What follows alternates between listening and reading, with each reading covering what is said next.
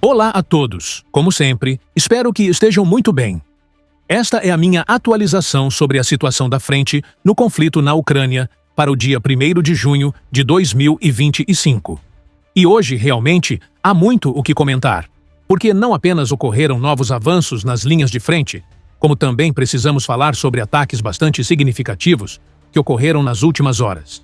Entre esses ataques, por exemplo, a Rússia lançou uma ofensiva contra a região de Dnipro, também chamada de Dnipropetrovsk, que teve consequências importantes. Mas o que realmente chamou a atenção nessas últimas horas foi um ataque totalmente inesperado realizado pela Ucrânia contra território russo. Vamos comentar tudo isso, mas antes de começar, gostaria de lembrar que a melhor forma de apoiar este canal é por meio da inscrição. Então, se você acompanha este canal com frequência, se gosta do conteúdo e ainda não está inscrito, clicar nesse botão de inscrição seria uma ajuda imensa para mim.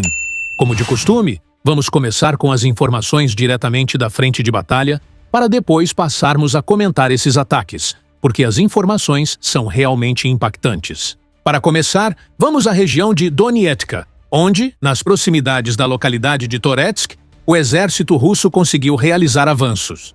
Especificamente, conseguiram entrar na localidade de Divka. A situação aqui é um pouco confusa porque existem duas localidades praticamente coladas uma à outra que se chamam Delivka. Já comentamos bastante sobre a falta de originalidade nos nomes dessa região, mas o importante aqui é que tudo isso está relacionado àquela velha intenção da Rússia de tentar expandir a sua zona de ocupação ao redor de Toretsk. A meta deles é pôr fim à resistência heróica ucraniana nessa frente e evitar que os flancos fiquem desprotegidos. Justamente porque, em momentos anteriores, as forças ucranianas conseguiram retomar posições depois que os russos já as haviam capturado. Foi exatamente o que aconteceu em Toretsk. Os russos tomaram a cidade. Não conseguiram proteger os flancos. Os ucranianos identificaram essa fraqueza e, com bravura, entraram de novo na localidade, reiniciando a batalha. Dito isso, vamos agora para a região de Sumy, onde também há novidades extremamente importantes. Já havíamos mencionado dois pontos anteriormente: as localidades de Kindrativka e Alexivka. Dissemos que os russos vinham se aproximando dessas áreas em mais uma etapa da tentativa frustrada de ofensiva nessa região onde praticamente todos os dias surgem relatos de movimentos e ataques. Como comentamos anteriormente, havia indícios preliminares sobre Alexivka indicando que a localidade poderia estar sob controle russo. Naquele momento, faltavam confirmações sólidas, mas agora, diante de múltiplas fontes, parece que sim, Alexivka está sob ocupação russa. Algo que, infelizmente, acontece diante da enorme disparidade em artilharia. Porém, isso está longe de significar uma vitória, já que os ucranianos continuam infligindo baixas severas e mantendo combates ativos nessas zonas. Além disso, também havíamos informado que os russos haviam chegado às imediações de Kindrativka. Agora, parece que nas últimas horas, os invasores não apenas mantiveram suas posições nos arredores da cidade, como também conseguiram entrar na parte norte da localidade.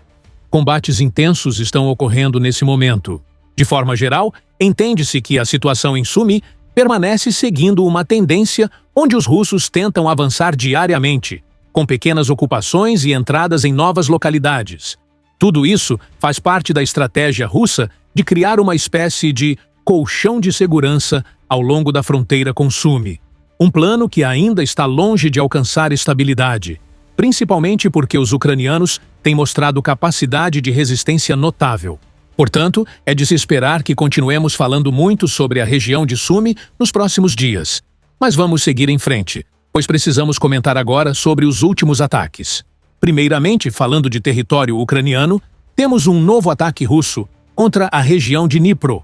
Segundo autoridades ucranianas, os russos atacaram um campo de treinamento, onde, infelizmente, 12 recrutas ucranianos perderam a vida e 60 ficaram feridos. Trata-se de mais uma tragédia causada por mísseis russos, e, ao que tudo indica, os invasores voltaram a usar mísseis Iskander para causar esse tipo de dano. Infelizmente, esse tipo de ataque contra campos de treinamento vem se tornando uma constante.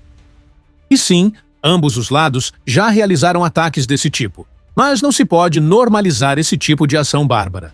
As imagens, que não podemos mostrar, são sempre muito duras e deixam claro o sofrimento causado por esses bombardeios. Parece ser um problema sem solução simples. Isso já aconteceu com a Rússia, já aconteceu com a Ucrânia.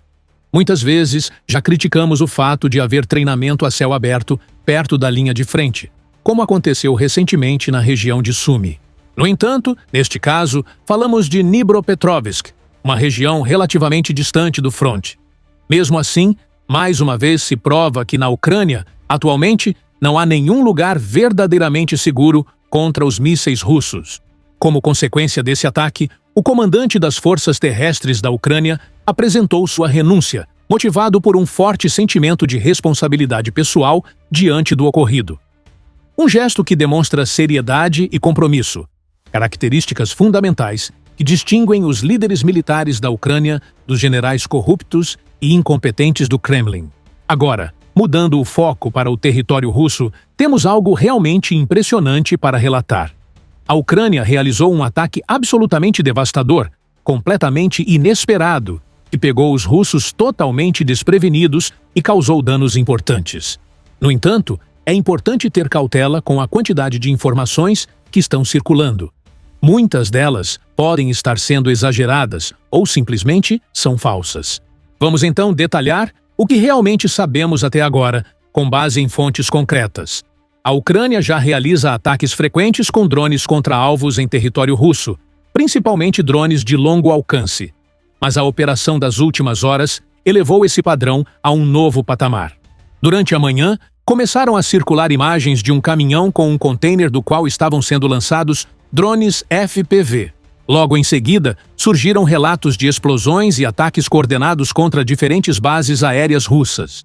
Entre os alvos confirmados está uma base aérea na região de Murmansk, no extremo norte da Rússia. Também há menções a outras bases, indicando que o ataque foi orquestrado com um nível de planejamento e ousadia que deixou o Kremlin em estado de choque. Essa operação reforça a mensagem clara de que a Ucrânia tem não apenas a capacidade, mas também a vontade e a coragem de levar a guerra de volta ao território inimigo. Mais detalhes sobre o ataque e seus efeitos ainda estão surgindo, mas, desde já, fica evidente que a Ucrânia, mesmo diante da brutalidade russa e da desigualdade de meios, segue enfrentando o inimigo com inteligência, inovação e uma coragem incomparável. De Oliena, a base aérea de Olien e a base de Peliá, em Murmansk. Essas duas bases aéreas foram atacadas com total sucesso por parte da Ucrânia, utilizando este tipo de ferramenta extraordinária. Caminhões carregando drones FPV, que foram levados para pontos estratégicos próximos dessas regiões. A partir dali, os drones FPV operaram com precisão cirúrgica e os danos foram absolutamente catastróficos para as forças ocupantes russas. Fala-se que 8 aviões foram destruídos. Há diferentes números circulando.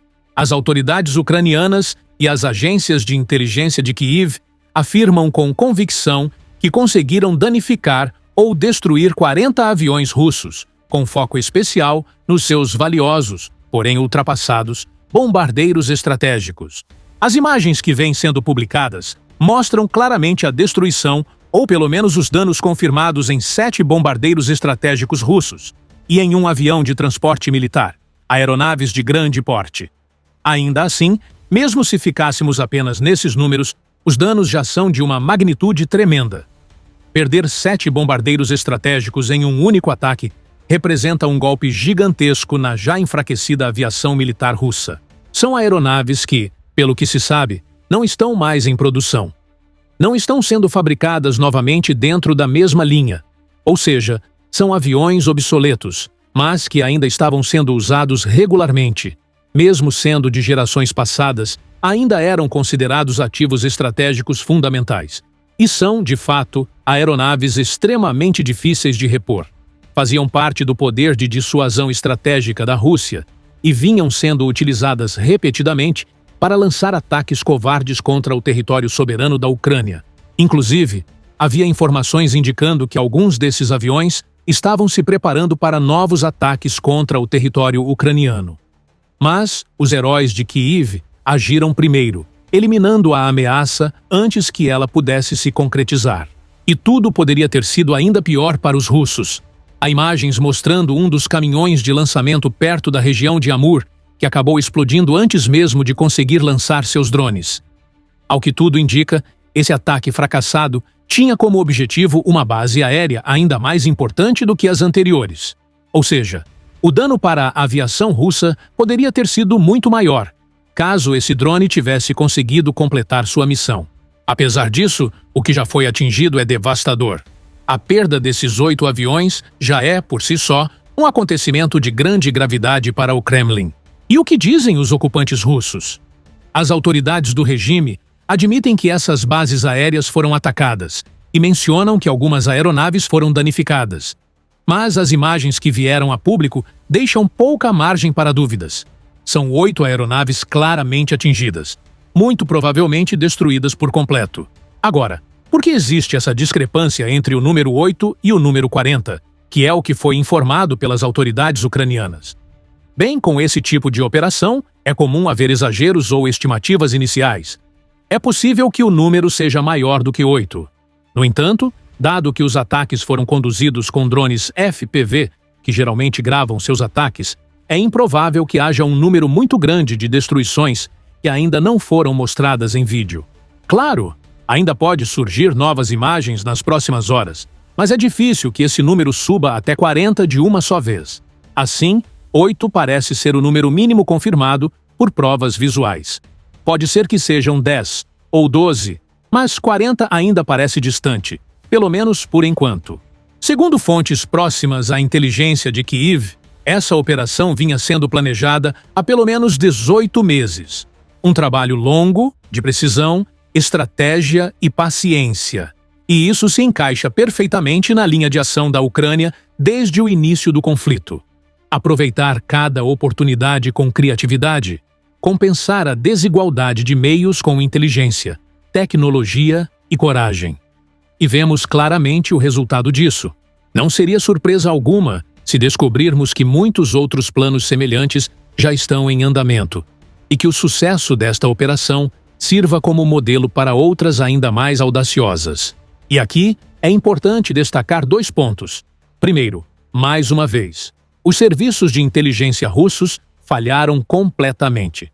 Não conseguiram interceptar esse ataque de forma alguma, e agora enfrentam as duras consequências. Mas há algo ainda mais básico do que inteligência: construir hangares para proteger os aviões.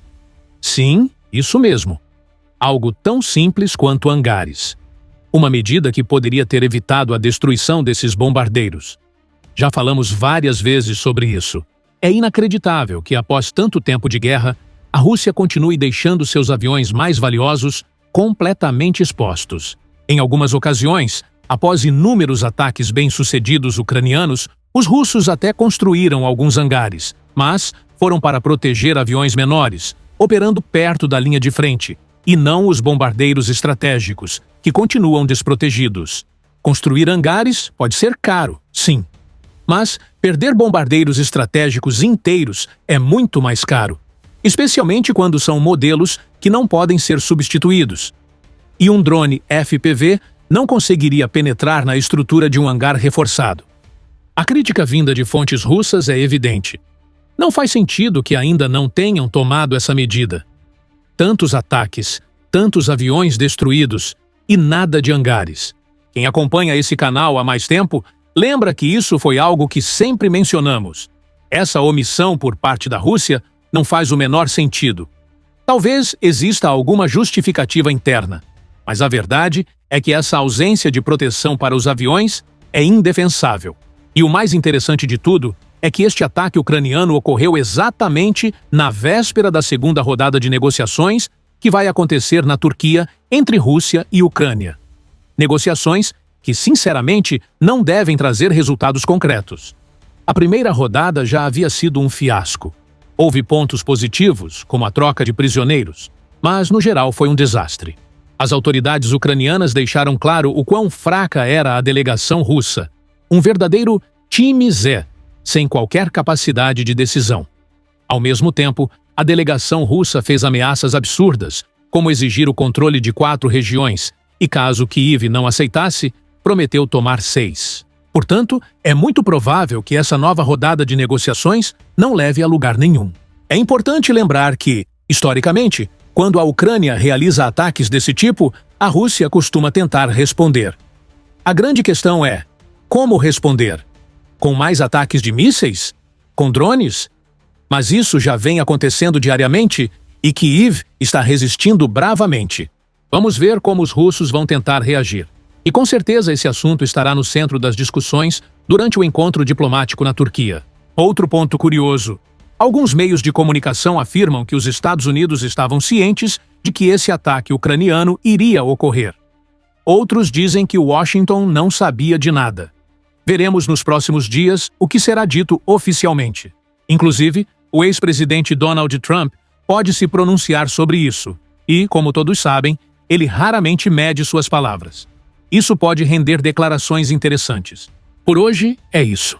Muito obrigado por assistir e que nos vejamos novamente em breve.